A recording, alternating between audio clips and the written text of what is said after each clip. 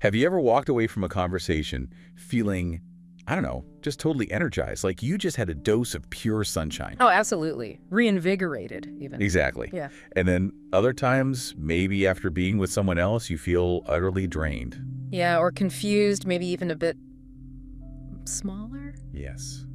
Smaller. That's a good word for it. We've all experienced that kind of shift, haven't we? Definitely have. So today, we're doing a deep dive into understanding those feelings. What signals are they actually giving us about our connections? Mm-hmm.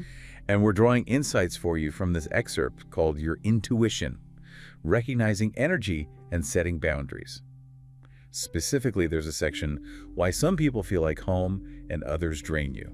Right, and what's fascinating here, I think, is how this material really pushes us to tune into our own intuition, not as some, vague hunch, but as a really sophisticated internal compass. Okay, so a compass, how does that work?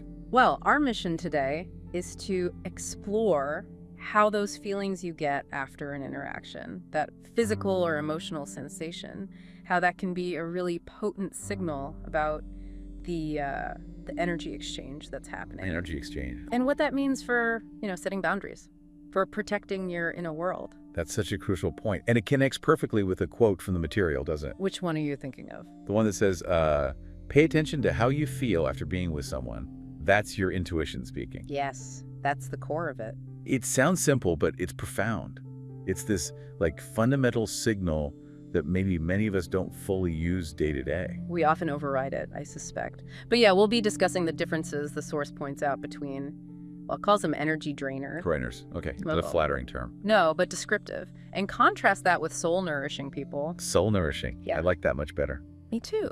And we'll explore why protecting your mental, your emotional space with boundaries isn't selfish at all. It's actually vital self-care. Self-preservation, really. Okay, so think about this. Imagine all the people you meet. Thousands, maybe, over a lifetime. Mm-hmm.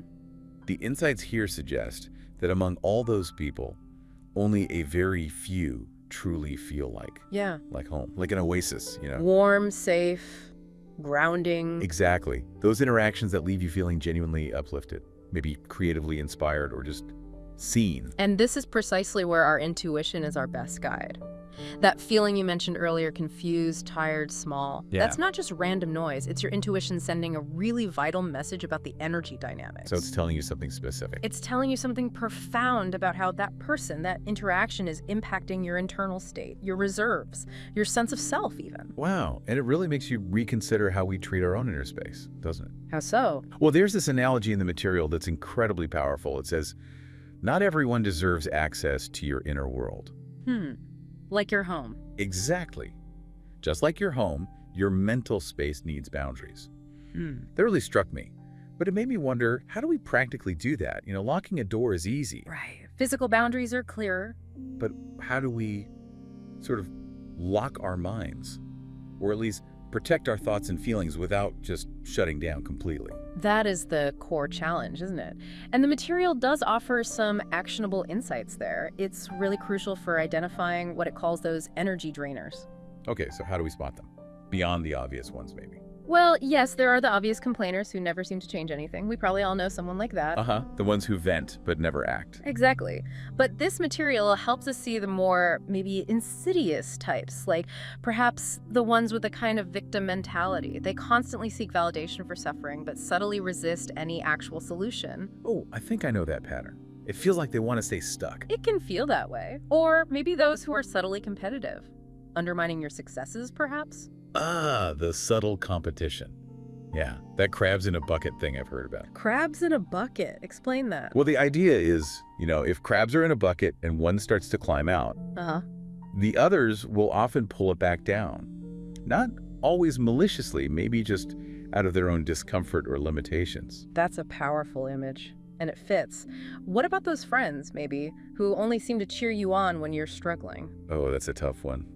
Like they're only comfortable when you're down? Precisely. The source suggests that these people might find their purpose, or maybe a sense of superiority, in being the fixer or the support when you're low. So when you start doing well? When you rise, their role feels diminished. And that can lead to that draining feeling, like you're not really being celebrated for your wins. Yeah, makes sense. Yeah. And what about the ones who make you feel guilty for growing? Yes, perhaps the most insidious. You start thriving, setting new goals, expanding your life, and they subtly, or maybe not so subtly, make you feel bad about it. Why would they do that? Could be their own insecurity, maybe, or just an inability to evolve alongside you. And this really highlights why guarding your peace is so important. Okay, that gives us a pretty clear picture of what to watch out for, the drainers. But just as important is the flip side, right? The people who genuinely replenish us. Absolutely. The soul-nourishing connections. So what does the material say about identifying them? What are the signs? Well, think about someone who doesn't just listen, but listens actively. Asks thoughtful questions, open-ended ones, questions that actually help you figure out your own feelings. They create a space where you feel truly heard. Okay, so it's more than just nodding along. Much more. It's like they co-create this safe space for you to be authentic. And when you succeed, it's not just a polite nod or a quick congrats. It feels genuine. Yes, a genuine shared excitement, jubilation even. It actually fuels your drive because their energy is expansive, it's uplifting, it's genuinely reciprocal. The simplicity of this idea, it kind of hides how powerful it really is. What do you mean? Just the idea that consciously choosing who you surround yourself with isn't selfish. No, not at all. It's a fundamental act of self-care. It's like giving yourself permission to prioritize your own well-being. Absolutely. That's a core message here. You are allowed to protect your peace. It says that quite clearly. Allowed to protect your peace. Yeah. And it's not about being mean or exclusive or unkind. It's just recognizing that your mental and emotional energy, it's finite, it's precious. Like a resource that can run out. Exactly, and you have the inherent right, maybe even the responsibility, to curate who gets access to it and how much access they get. It's an active choice then. Something we need to do consciously. A very active, conscious choice, and it really dictates your daily experience, doesn't it? How you feel day to day. So just to kind of tie this all together, the main thread running through this whole discussion, it seems, is the power of your intuition. Yes, as that undeniable compass for your well-being. And by recognizing those subtle cues, the ones that distinguish the energy drainers. Those who consistently pull you down, often without even realizing it. Right. Distinguishing them from the soul-nourishing connections. That gives you a powerful lens, doesn't it? A lens to curate your relationships, to protect your inner world more effectively. And being able to spot these dynamics, whether it's the chronic complainer who resists change, or the friend who only celebrates your struggles, or even the one who subtly guilts you for your own growth. Spotting those is just as crucial as recognizing the good stuff. Exactly. Recognizing the authentic listeners, the genuine champions who truly celebrate your wins. So all these observations, they're like data points for your intuition. That's a great way to put it. Data points your intuition uses to guide your choices and to help you establish those necessary boundaries, mental, emotional, to shield your peace. So here's a final thought then, building on all this. Given that your intuition is constantly speaking through how you feel after interacting with people, that constant feedback loop.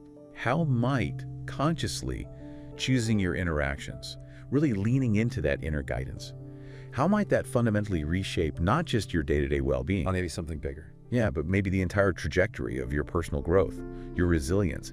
How much could change if we really listened?